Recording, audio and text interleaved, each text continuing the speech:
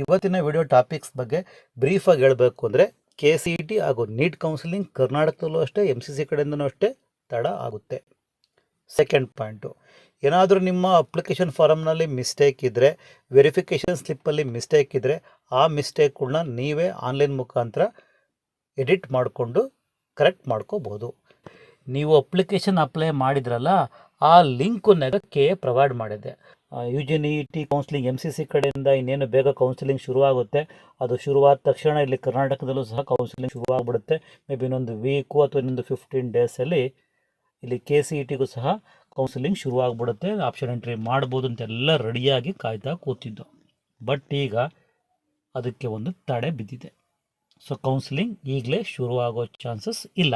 Madhya Pradesh high court stay ಕೊಟ್ಟಿದೆ. ವಿದ್ಯಾರ್ಥಿಗಳು ಹೈಕೋರ್ಟ್ನಲ್ಲಿ ಪಿಟಿಷನ್ನ ಅಪ್ಲೈ ಮಾಡಿದ್ರು. ನಾವು ಎಕ್ಸಾಮ್ ಬರೀಬೇಕಾದ್ರೆ ಪವರ್ ಕಟ್ ಆಗಿತ್ತು. ಹಾಗಾಗಿ ನಮಗಲ್ಲಿ ಬೆಳಕಿನ ಪ್ರಾಬ್ಲಮಿಂದ ಎಕ್ಸಾಮ್ ಬರೆಯೋಕ್ಕೆ ನಮಗಲ್ಲಿ ಆಗಿರಲಿಲ್ಲ. ಆದ್ದರಿಂದ ನಮಗೆ ಎಕ್ಸಾಮ್ನ ಮಾಡಬೇಕು ಅಂತ ಹೇಳಿ ಮಧ್ಯಪ್ರದೇಶ ಹೈಕೋರ್ಟ್ಗೆ ಪಿಟಿಷನ್ನ ಸಲ್ಲಿಸಿದರು. ಕೊನೆಗೀಗ ಜಡ್ಜ್ಮೆಂಟ್ ಕೊಟ್ಟಿದೆ. ಏನು ಅಂದರೆ ಮತ್ತೆ ಹೊಸದಾಗಿ ಎಕ್ಸಾಮ್ ಮಾಡಬೇಕು ಅಂತ ಹೇಳಿ. ಬಟ್ ವೆಯ್ಟ್ ಮಾಡಿ, ಎಕ್ಸಾಮ್ ನಿಮ್ಮೆಲ್ರಿಗೂ ಎಲ್ಲ ವಿದ್ಯಾರ್ಥಿಗಳಿಗೂ ನೀಟ್ ಎಕ್ಸಾಮ್ ಮಾಡಲ್ಲ.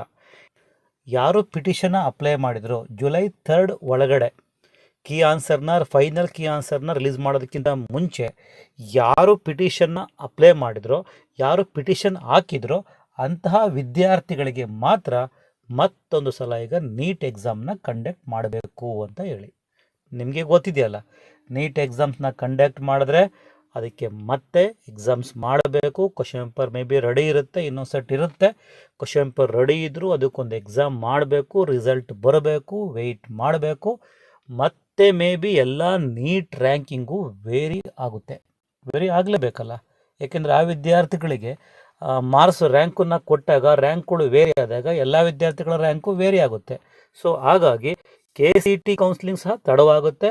ನೀಟ್ ಕೌನ್ಸಿಲಿಂಗ್ ಸಹ ಕರ್ನಾಟಕದಲ್ಲೂ ಅಷ್ಟೇ ಥ್ರೂಔಟ್ ದಿ ಇಂಡಿಯಾ ತಡ ಆಗುತ್ತೆ. ಇನ್ನು ಕರ್ನಾಟಕ ಪರೀಕ್ಷಾ ಪ್ರಾಧಿಕಾರ ಕೆಲವು ಅಪ್ಡೇಟ್ಸ್ಗಳನ್ನ KA ರಿಲೀಸ್ ಮಾಡಿದೆ. UGCET 2025 ಅರ್ಜಿ ಮುದ್ರಣ ಲಿಂಕ್ ಅಂತ ಇದೆ. ಅಂದರೆ ನೀವು ಅಪ್ಲಿಕೇಶನ್ ಅಪ್ಲೈ ಮಾಡಿದ್ರಲ್ಲ ಆ ಲಿಂಕನ್ನಾಗ KA ಪ್ರೊವೈಡ್ ಮಾಡಿದೆ. ಅಪ್ಲಿಕೇಶನ್ ಬೇಕಾ sir? Yes, KCET application joint venture. ಅಂದರೆ UG/NEETಗೆ ಅಪ್ಲೈ ಮಾಡಿದ್ರು ಅಷ್ಟೇ, UG/CETಗೆ ಅಪ್ಲೈ ಮಾಡಿದ್ರು ನೀವು ಅಪ್ಲಿಕೇಶನ್ ಫಾರಮನ್ನು ಡೌನ್ಲೋಡ್ ಮಾಡ್ಕೊಂಡಿರಲೇಬೇಕು. ಒಂದ್ಸಲ ಅಪ್ಲಿಕೇಶನ್ ಫಾರಮನ್ನು ನೀವು ಡೌನ್ಲೋಡ್ ಮಾಡ್ಕೊಳ್ಳಿ. ಈಗ ಡೌನ್ಲೋಡ್ ಮಾಡ್ಕೊಂಡ್ಮೇಲೆ ಒಂದ್ಸಲ ಚೆಕ್ ಮಾಡ್ಕೊಳ್ಳಿ. ಯಾಕೆ ಗೊತ್ತಾ, ಈಗ ಅವರು ಅಪ್ಲಿಕೇಶನ್ ಬಿಟ್ಟಿರೋ ಮೇನ್ ಪರ್ಪಸ್ ಏನು ಅಂದರೆ, ಹೇಗಿದ್ರೂ ಡಿಲೇ ಆಗ್ತಾ ಇದೆ. ಈಗ ನೀವು ಅಪ್ಲಿಕೇಶನ್ ಫಾರಮಲ್ಲಿ ಬೈ ಚಾನ್ಸ್ ಏನಾದರೂ ಮಿಸ್ಟೇಕ್ ಇದ್ದರೆ ಆ ಮಿಸ್ಟೇಕ್ಗಳನ್ನ ಕಂಡುಹಿಡ್ಕೊಳ್ಳಿ ಅಂತ, ಫೈಂಡ್ ಔಟ್ ದ ಮಿಸ್ಟೇಕ್ಸ್ ಅಂತ. ವೆರಿಫಿಕೇಷನ್ ಮಾಡಿಸ್ಕೋಬೇಕು ಅಂದರೆ ನೀವು ಅಪಾಯಿಂಟ್ಮೆಂಟ್ ಸ್ಲಾಟ್ನ ಬುಕ್ ಮಾಡಬೇಕಾಗಿತ್ತು. KA ಅದನ್ನು ಈಗ ಕ್ಯಾನ್ಸಲ್ ಮಾಡಿದೆ.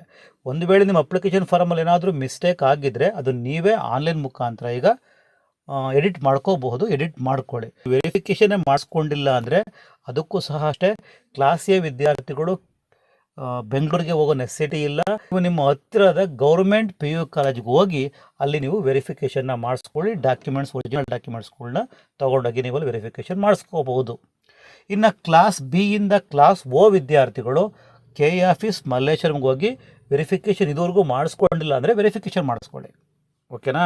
ಇವತ್ತಿನ ವಿಡಿಯೋ ಟಾಪಿಕ್ಸ್ ಬಗ್ಗೆ ಬ್ರೀಫಾಗಿ ಹೇಳಬೇಕು ಅಂದರೆ KCET ಹಾಗೂ ನೀಟ್ ಕೌನ್ಸಿಲಿಂಗ್ ಕರ್ನಾಟಕದಲ್ಲೂ ಅಷ್ಟೇ MCC ಕಡೆಯಿಂದನೂ ಅಷ್ಟೇ ತಡ ಆಗುತ್ತೆ. ಸೆಕೆಂಡ್ ಪಾಯಿಂಟು, ಏನಾದರೂ ನಿಮ್ಮ ಅಪ್ಲಿಕೇಶನ್ ಫಾರಮ್ನಲ್ಲಿ ಮಿಸ್ಟೇಕ್ ಇದ್ದರೆ, ವೆರಿಫಿಕೇಷನ್ ಸ್ಲಿಪ್ಪಲ್ಲಿ ಮಿಸ್ಟೇಕ್ ಇದ್ದರೆ ಆ ಮಿಸ್ಟೇಕ್ಗಳನ್ನ ನೀವೇ ಆನ್ಲೈನ್ ಮುಖಾಂತರ ಎಡಿಟ್ ಮಾಡಿಕೊಂಡು ಕರೆಕ್ಟ್ ಮಾಡ್ಕೋಬೋದು. ಕರೆಕ್ಟ್ ಮಾಡಿಕೊಂಡು ವೆರಿಫಿಕೇಷನ್ ಸ್ಲಿಪ್ಪನ್ನು ಡೌನ್ಲೋಡ್ ಮಾಡ್ಕೊಬೇಕು. ಯಾವಾಗ ಅಂದರೆ ಜುಲೈ 4ನೇ ತಾರೀಕು ಆದಮೇಲೆ. ನೀವು ಸಪೋಸ್ ಎಡಿಟ್ ಮಾಡಿ ಈಗಲೇ ವೆರಿಫಿಕೇಷನ್ ಸ್ಲಿಪ್ಪನ್ನು ಡೌನ್ಲೋಡ್ ಮಾಡಿಕೊಂಡ್ರೆ ಅದು ಎಡಿಟ್ ಆಗಿರೋದಿಲ್ಲ. 4ನೇ ತಾರೀಕು ಆದಮೇಲೆ, ಜುಲೈ 4ನೇ ತಾರೀಕು ಆದಮೇಲೆ ಅಂದರೆ 5ನೇ ತಾರೀಕು ಡೌನ್ಲೋಡ್ ಮಾಡ್ಕೊಳ್ಳಿ.